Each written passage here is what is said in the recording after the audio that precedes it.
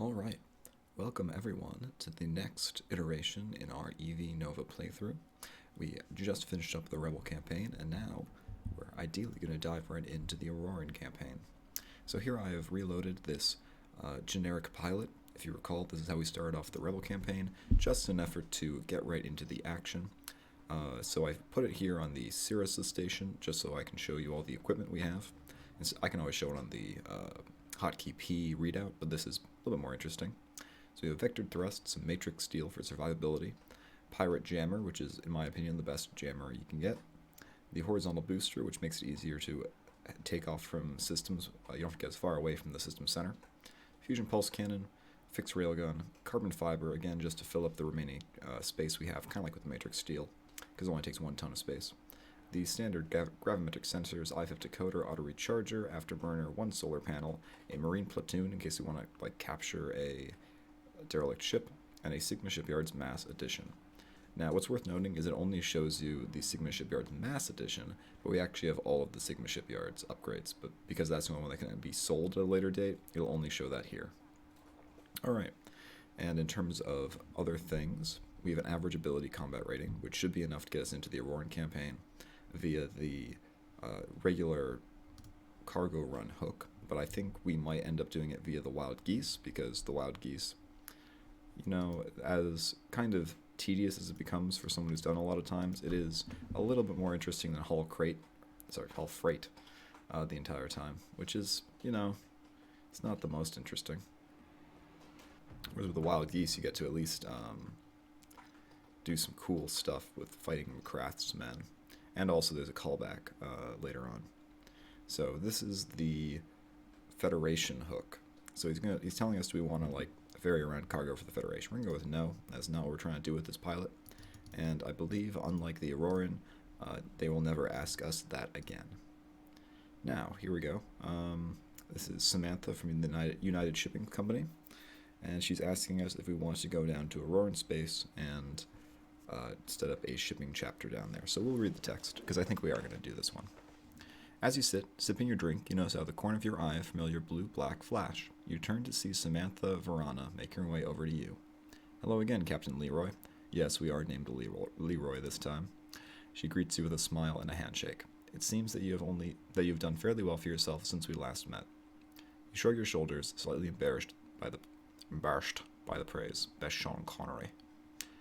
Anyway, she continues after sitting down. The head office is looking to expand into the Auroran Empire, which would be an enormous business coup if they could. They need someone competent and trustworthy to help them out. That's where you come in. Are you interested? Of course we're interested. Excellent, she exclaims happily. It's good to see that we can rely on you. Anyway, she continues in a more moderate tone, but still smiling. It's going to be my job to act as a negotiator, but I need to get to Aurora in the Aurora system. The pay is 50,000 credits. So, she asks with a grin, when do we leave? For the astute among you, you can see that we actually start with about 10 million credits, because I went through the trouble of doing the trading route stuff off camera for the generic pilots that I've been loading up. You can copy and paste pilot files in your EV Nova folder, and so if you want to copy a pilot to maybe do something fun with them, or to do what I'm doing, where you have your kind of base set up that you then use to get into storylines, you can do that. It's simple copy-paste the file. It's a .plt, I think, which is their pilot file, and it's really quite simple. Okay.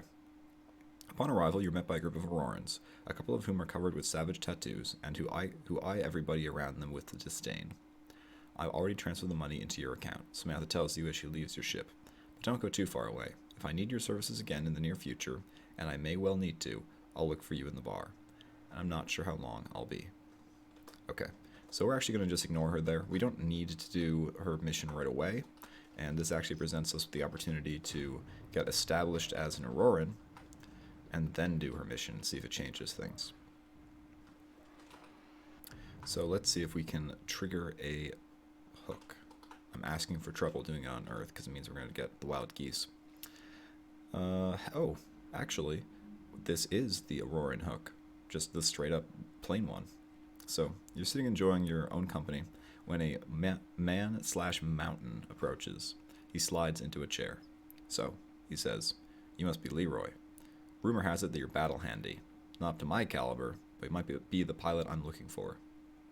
"And why would you be looking for me?" You reply with a wry smile. Ooh, the protagonist talked.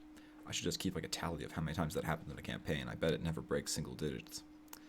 My house needs a blockade runner, he explains directly, and you immediately assume that he is an Auroran warrior, which arouses your caution. It is too soon to bring the military might of the house to bear, so I'm asking if you will run cargo to the port of dominance in the Herron system. Interested? So this is actually interesting because if you refuse, they'll come back later and be like, hey, have you reconsidered? But we're going to jump right into it. Good. I see you're not as spineless as you look. If you come with me now, I'll supervise the loading of your cargo, to ensure its integrity. Fantastic. A group of huge men hastily load the crates on board your ship. The cargo is unmarked, and you wonder exactly what you're transporting. Alright, as always, I take the liberty of paraphrasing just a little bit for the text, because sometimes it is not, doesn't flow super smoothly, as much as I do adore this game. Nothing is perfect. We're just going to try to slip into the hypergate there. And I actually probably could have just jumped to Herron, but this is even easier. That matrix deal, no doubt, saving our bacon. So let's see. Oh, yeah, it's a Moash blockade. I always assumed, for whatever reason, that the blockade would be a... Nope, not you. You can't hyperspace. I always assumed the Moash, or the campaign... what am I talking about? The blockade would be a Federation blockade along the border. But if it's a Moash blockade, I do wonder what we're shipping, because I usually enter this campaign via the wild geese. So, the dock workers offload the cargo and ferry it to parts of the station unknown. For your speedy delivery, you receive 20,000 credits, and the thanks of House Herron, and an invite to go to Codec in the Codehaven system for another load. The dockmaster says, thanks. We are in your debt, perhaps even more than you'll ever know. What on earth could we have been transporting? Probably chain gun ammo, or the very vital drop bear repellent. So we're going to go and buy a map. I don't think I need one for this system, but, you know, it's a good habit to get into. Fills out some of those dead ends that you don't bother going down when you're exploring. Alright, Pyrogenesis IDA frigate. That's always interesting. Pyrogenesis is the company in universe that makes all of the blasters, all the blaster guns. And they're actually based here in this system in Nurse Secundus on this little station here. They're a mining company. So we're going to go to Codehaven, which I believe is up here. And indeed, my memory does serve me right. I also took the liberty of going around and bought maps and some of the key points throughout the Federation and Auroran space, just so we can have a good view of where everything is. Because I know where it is already, I've memorized it. But it's a little bit of a pain to be just like, yeah, trust me, and then have to fiddle with the map when we jump into any new unexplored system. There's a hotkey where you can select a jump from where you are. Why did that not trigger? What? I may have messed it up. Oh, no, there it is. Whatever. When you enter the bar on Codec, you are surprised to see the same giant who offered you the last cargo run is talking to a couple of spacers in the corner. When he sees you walk in, he heads over. So, Leroy, I see this time you've sought me. On completing your last mission, you must have been told where I am. Are you ready to return to dominance? Indeed we are. You know the deal by now. These are important supplies. Riskier with the renewed Moashi forces. Good luck. Same silent, efficient loading crew. Are they simply dedicated or driven? I think they're both when it comes to Aurorans. Gonna get bothered by this free trade pirate starbridge. Why don't we blow them up for fun? They're only a class B, so we don't have to worry about getting close with a ion cannon, or a ion... Yeah, it's an ion cannon. I always call it a tractor beam, but I think the formal name for it is ion cannon. Not going to worry too much about boarding it. After all, we don't need the credits, and I have no particular desire for starbridge escorts. So you can tap around on the map to make it select nearby systems. I occasionally do that when I'm too lazy to go and reach half a foot to my right and get my mouse. Now, if only I could install Vim key bindings on this. How are you piloting your ship? Oh, you know, with Vim key bindings, so like J is up. That'd be silly. Alright, so once again, very simple run. And that's still a blockade. But luckily, Auroran ships are terrible. I'm just joking. Auroran ships are only mostly terrible. And there are Federation ships in the system? That's just weird. Although that is fitting with things to come. Touchdown on the port.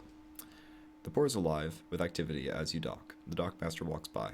So, Leroy, I'm glad that you dropped in. I have need of a favor. Please meet me in the bar in 1 hour. He turns and walks away. What are you caught up in this time? Who knows? Bariad, as the dockmaster introduces himself, asks if you can keep a secret. Why am I worthy of such trust, you ask? Boom, that's twice we've talked. Only a pilot of skill and honor would transport weapons enough to outfit a small system and not think about stealing them. Oh, you don't have the heart to tell him that you had no idea what you were carrying. Yeah, same. So, will you please deliver these sealed orders to Basra, my brother? He's the man from whom you've been receiving your shipments. He's currently on Sky in the Marasaki system. However, he will not be there for long, so you must hurry. Will you carry them for me? Of course. Good. It is important that you are wary, as House Moshai dogs will try to intercept them. They are the cause of our predicament, but not for long. Oh no, not for much longer. That's ominous. So, let's read the blurb, just because Dominance is a fairly important system. Dominance is the major military base of the Herron House. Because of its relative closeness to the Empire's border with the Federation, the tens of thousands of warriors here are assisted by many young Destikars, as the warriors who are loyal to the Aurora rather than the five families Destikars as the warriors who are loyal to Aurora rather than the five families call themselves. Because of this post, there are very tight ties between the Destikars and the House Herron, and the Herron warriors who serve here carry the title Avarach, with pride. Avarach translates into basic as, he would die for his brothers from across space. Alright. So the Auroran language is difficult, but not nearly as difficult as the Polaris one. The Polaris one is a nightmare. But it's just going to make me look very silly when we do the Polaris campaign. I heard something go off there. I have no idea what it is, actually. It's a relative rarity. Alright, so we have literally delivered the sealed package in, well, not even a day has technically passed, so he is going to be pleasantly surprised. Murasaki, I think is how you actually pronounce this system. So, you find Basra in a spaceport bar in Sky. You walk over and pass him the orders. He looks at you with a newfound respect and opens them. His face turns stony as he reads. He looks at you, hands you a 25,000 credit stick, and says, for your diligence, the day of our vengeance grows closer. With your help, our dreams will become reality. I'll keep my eye on you, young pup, he notes inscrutably. I have a feeling that you will be one day measured as a great warrior. Get out there and start to... Oh, I get it. Get out there and start to earn a name for yourself as a warrior, but keep dropping back here. When I think you are ready, I will have something more for you. So, we don't actually have to increase our combat rating at all, I think. I think it's just a random chance, which might have a 1-day delay, which is the usual way to kind of, make it seem as though you have to leave and go back and do something. But really, it's usually just a 1-day delay, and taking off and landing takes a single day. So, always check that first. As you sit enjoying a well-earned drink, an athletic-looking, lean-faced man walks out of the crowd and sits down at your table. Are you Captain Leroy? He asks politely. You cautiously nod in agreement. I'm Jack Fulstam, captain of the Hunter and a member of the Guild of Bounty Hunters. He continues quietly. You have quite the reputation for combat. I've been called in to see if you would like to make a little extra cash. Okay, so this actually wasn't the Auroran thing. This is the Bounty Hunter Guild. Let's take it anyway. We can no longer use it to get into a storyline, but at the very least, it's fun. Okay, here's the deal. Fulstam continues. The guild is prepared to offer you membership, and a share of the reward if you can destroy an Auroran ship named the Talons of Integrity that has been nosing around the system and its surroundings. The military is not prepared to spend enormous resources required to locate a single ship, so they have posted a bounty, and that's where we come in. We're a little thin on the ground right now, so we're offering the job to you. Simply put, if you want to get your share of the bounty and become a member of the Bounty Hunters Guild, you have to go out, find the Talons of Integrity, and destroy it. Then to collect your payment, find the guild offices on the Cane Band. The actual bounty from the Federation government is 20,000 credits, but the guild will take 50% in a one-off membership fee. If you succeed, they'll give you clearance to access all the bounties through the mission BBS every time you land. Alright, we're going to do it. And Basra has not yet contacted us again, so I think we actually have cause to go and check it out. So, the Bounty Hunters Guild is... here he is. And he's just going to get destroyed because these things can't maneuver. He has a chain gun turret, you see, but chain guns are bad. We're all about railguns. So, no sweat. But as I was saying, the Bounty Hunters Guild can lead into the Rebellion or Federation storylines. Really, it only leads to the Rebellion storyline, but you can then fail a certain mission and get into the Federation storyline from it, because early on they had that sort of relationship between the two of them. Alright, so after going through your post-flight routine, you head off to find the offices for the Guild of Bounty Hunters. After a bewildering half hour, you eventually find it in one of the many promenades that dot the Cane Band. The official receptionist greets you, and after seeing your external camera shots of the action, pays you 10,000 credits. She explains to you that this is the only place where you can collect your bounties. She adds that you will only receive bounties if you have a clean record with the Federation. However, that's not going to last long. She goes on to explain that there are 2 guild rules that must be obeyed. Firstly, the guild takes 10% of all bounties received, and secondly, never attack another bounty hunter on pain of guild retaliation. So those are the 2 rules that come to importance later. But I'm not sure it's maintain a good standing with Federation is a hard and fast rule. I'm pretty sure I've used the bounties to get access to Soul, even when Soul absolutely despised me. Actually, on second thought, maybe I'll use Sigma Shipyard missions, but we'll see. Alright, so that apparently was sufficient to prove our mettle. Once you step into the bar, you quickly spot the huge form of Bizarra sitting in a table, at a table near the entrance. He waves you over. I have only one more shipment to make, he begins in his direct manner. Then I will return to the warrior that I am. If you will return with me and my team to Dominance, your reward will be handsome. Are you interested? Yes, we're interested. It's a simple task. By using simple civilian ships, we've amassed enough weapons for our reserves at Dominance to break the Moshai blockade from the inside out. This because of your runs. Thank you. Don't think that House Herron hasn't noticed your fine service. Alright, great. Now, familiar men load your cargo. Once inside your ship, they remove the simple dockworker garb that made their disguise and stand before you in the cloth of Auroran warriors. Bizarra cuts an impressive figure in his armor, decorated with many small, ferocious small frescoes of battle, recent and long past, which they actually don't commonly describe the Auroran armor. Usually they talk about the Auroran tattoos, which you only see when they're wearing Auroran formal wear, which we'll get into later. Pirate Enterprise, stolen tech, but it's association, so we're not going to bother blowing it up. We're just going to head right down here. Oops. Head to Gateway, head to Herron. Then it's just a quick jump up, and I think after this we are officially in the storyline. So I'm not familiar with the various classes of the Abomination. So this is the Moash Va Temgir class of the Abomination, but I'm sure I can find something that lists the variation. The only one you're able to buy, I believe, is the Herron one. We'll take a look at some point, once we're allowed to buy one, because I probably will. I do like the Auroran Abominations, even though they're not really as good as the Starbridge we're flying.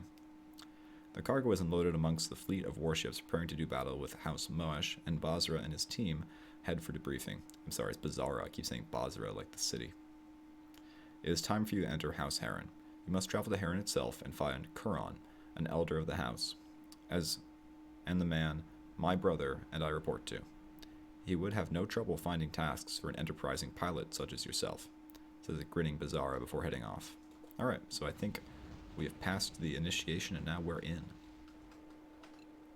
So let's see if we can become a warrior, and then we'll go see if our dialogue with Samantha changes. I've never tested it, so I'm excited.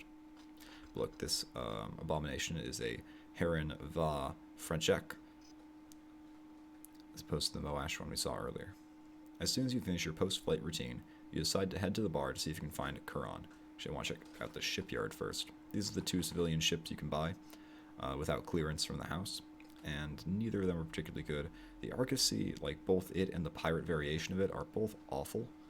So I might have to make a like good version of it at some point as a challenge, or at least a flyable version. You've barely walked into the bar when all conversation around you ceases. A man walks towards you, the weight of ages upon his withered shoulders. He looks you up and down and smiles broadly. So you must be Leroy, the pilot who so greatly impressed my two Kashi. I don't know what a Kashi is, other than the cereal brand. You must be good, very good, for they are not easy to impress. I understand that you wish to serve House Herron. Are you willing to face the trials required to enter it? Sure. Before you take your place amongst us, you must prove yourself worthy of the honor of becoming a warrior. Go to the lax system and battle the other would-be warriors that wait for you there. Before you return here, you must defeat them all. Don't worry, they have escape pods. You want this to be non-lethal. They'll try to disable you. It is the Auroran way. Oh, that's a good point. Later on, we'll actually have to fight a disabling battle with some other Aurorans, so we have to probably ditch some of our equipment when we do that. But this kind of thing is pretty common. The trial by combat happens like 3 times. This one is just you fight, I think, Phoenixes, the heavy missile variation of their Vipers, or their equivalent to the Vipers, which is the Firebird. It's all coming back. But yep, they're going to jump into the system here. They're called duelists. We'll slow down. I don't even think we really need to retreat here, because they are just going to expend all of their missiles, and then they just have 1 fusion pulse cannon each. And we're just going to mow through them.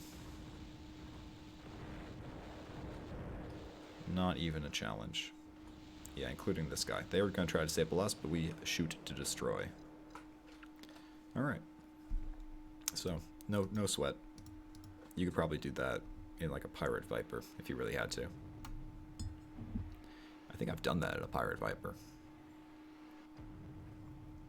Railguns. They're just so good. So let's touch back down on Herron, and now we'll be an official Auroran warrior. Actually, not just yet. You land exhausted but elated. Your pulse quickens as you remember the heady feeling of battle. Gurran pushes through the throng of cheering warriors and instructs you to fly to gun, gun, gun immediately, for the rights of warriorhood, and your new existence. Oh no. I thought this was the drop bear event, and I was going to laugh. Midday, awakening from too much ale, with a heavy head but light heart, you bid your newfound friends adieu, and go for a brief jaunt to freshen up before your journey. Along the promenades and balconies of the enormous Herron family arcology, you feel a strange sense of destiny.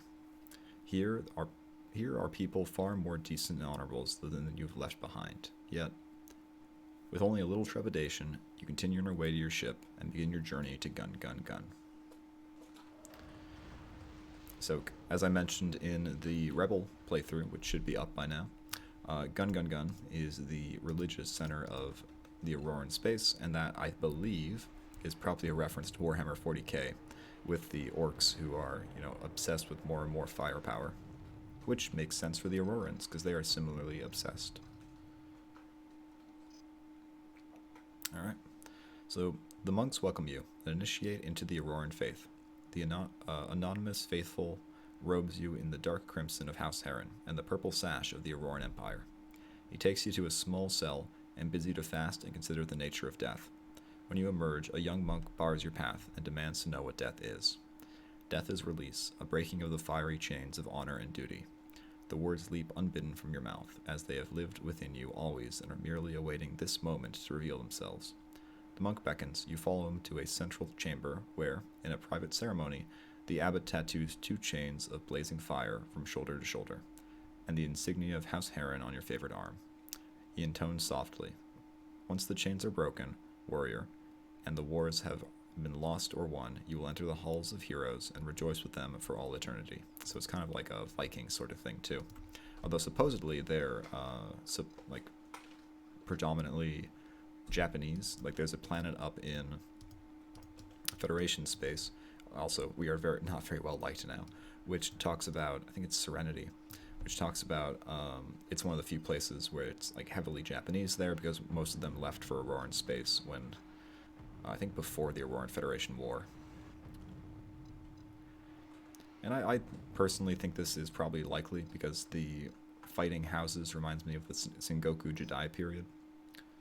But it really could just be any kind of split up Civil War feudal society. Upon touching down on Herron, you are welcomed with open arms by Kuron, who confirms your place among the warriors of the house. Albeit the least, as yet, he smiles. There is work to be done, even for the youngest. Come, this will require your skill, ingenuity, and more than a little patience and discipline. Alright, we have the all clear to get the abomination, even before the first video ends.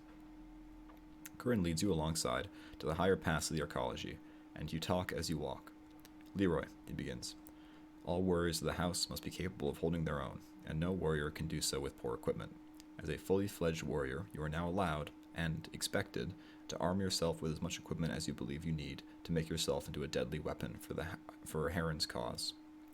Some things will still be denied to you until you prove yourself worthy, but most of our ships are now yours to buy. On the subject of remaking yourself into a deadly weapon, he continues quietly, all Herrani warriors are expected to be at least familiar with the martial arts. I know that you can punch and kick without causing yourself permanent damage, but I'm afraid that the clumsy flailing that you call fighting will not do. You must go to an old friend of mine. He might seem a little grumpy, but he's a decent soul.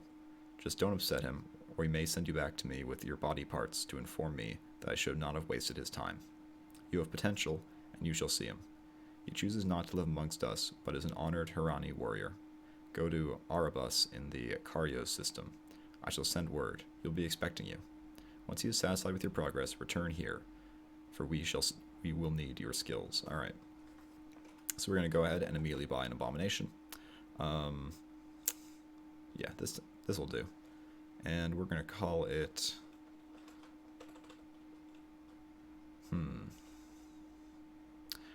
You know, I think abomination, you know, that's not really correct. I think it really is the abomination's monster. After all, abomination is the scientist. Oops. Just going to do a quick scan to make sure I haven't spelled anything wrong, because that would be silly. But of course, that's a reference to Mary Scott Shelley's Frankenstein, where Frankenstein is not the beast. Frankenstein is the doctor, and the monster is Frankenstein's monster. So we're going to try to unload all this Auroran crap, and instead load up with those sweet, sweet chain guns, which I guess are rail guns, which are also Auroran. But more importantly, get the Sigma shipyards upgrades. And we'll do that by bribing our way back onto Earth. So that's good. Do we want to keep the fusion pulse batteries? Let's see. Okay. Yeah, I don't think it's a turret. I think it's just a battery, and so maybe we'll keep it. I don't think we really need 200mm fixed railguns, but at the same time, why would we not have them? So let's go and outfit our ship, and then we'll worry a little bit more about dealing with learning the martial arts. But our turn rate right now is just unacceptable. This is too slow. So our old friends, the wild geese, are probably the most reliable place to get the vectored thrust upgrade, and then we'll have to bribe our way back onto Earth to get the Sigma shipyards upgrades. Seeing as we're actually a member of Sigma shipyards, it shouldn't be that difficult. We could even take a Sigma shipyards mission if we wanted to save the money, but I don't particularly feel a need to.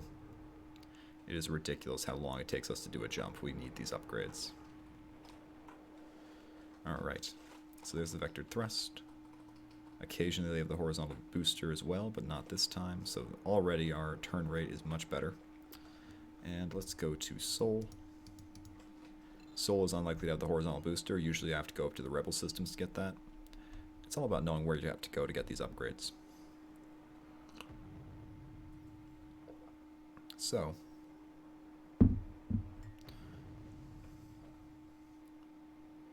things are moving ahead as planned. So we're going to target Earth. If you want to talk to a planet, you just press Y as if you're hailing a ship. It'll bring up this screen. You can offer a bribe, in which case you pay them for the privilege of landing and they decide the price. You can demand tribute, which if you're not deadly rated or higher, they will just laugh at you. Or you can close the channel, of course. So they've allowed us to land. We're going to sit down and hope that the outfitter has all the things we want. It has some of them. So we want the mass addition, but we have to land again for the engine tune-up. as well as the one that allows us to have more turrets. Although I'm not big on turrets, so we could actually forego that one and I wouldn't really mind too much. But I believe we have to ask them each time. And I don't really mind, because after all, we have a ton of credits. That was kind of the point, that no one wants to see me have to farm credits just to land on Earth. Come on, we want the engine tune-up. And this is the mount refitting, which it can fit 4 more guns and 2 more turrets on your vessel. Okay, so we probably do want it just for the 4 more guns part. Because after all, we're Auroran, it's all about having more and more firepower. And then we want to head down to the to Chell. Oh yeah, this is way better. Much more maneuverable. We need an afterburner, and we need a pirate jammer. Although I think, now that I'm saying it, you can get a pirate jammer up in the... Oh, and a horizontal booster. This is absurdly slow. Up in the rebel systems. Luckily, we have hypergate access. Well, I guess we have a guinea pig. Yeah.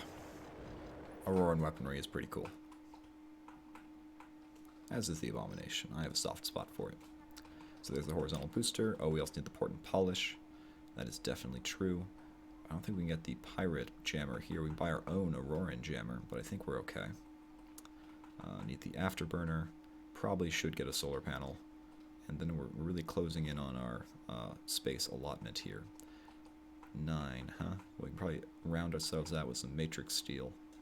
And I guess we should try to get the jammer. I've never been big on the jammers. I don't think they actually work very well. But when faced with just looking for ways to round out our ship, I think it'll do just fine. So once again, we have to bribe our way onto Viking, or onto a planet, I should say. Whatever price is fine. We're rolling in the dosh, and oddly enough, they're trying to sell us our own jammer again. We really can't buy the pirate one. We'll try once more. Ah, there it is. Also the sensor boost, which supposedly is the best one you can get outside of Polaris space. So we have 4 tons left. We can fill that probably with 1 thing of matrix steel and maybe a carbon fiber. Matrix steel is an interesting upgrade, and actually so is carbon fiber, because how much they cost is based upon the size of your ship. So for an abomination, I believe we have the at least lowest or second lowest size, where carbon fiber will cost 1 ton, and matrix steel will cost 3, but I could be mistaken. Nope, 3. Okay. And then we can get our last 1 can go towards some carbon fiber. Alright, so there we go. We've outfitted our abomination just in time for the end of the episode. So thank you very much for joining me on the first episode of the Auroran campaign. There will be more in the very near future. If you liked the content, please consider, leaving a comment down below telling us what you liked, or a like is always nice. If you want to see more of this kind of content, consider subscribing or go back and watch some of the earlier playthroughs. And as always, until next time, have a good one.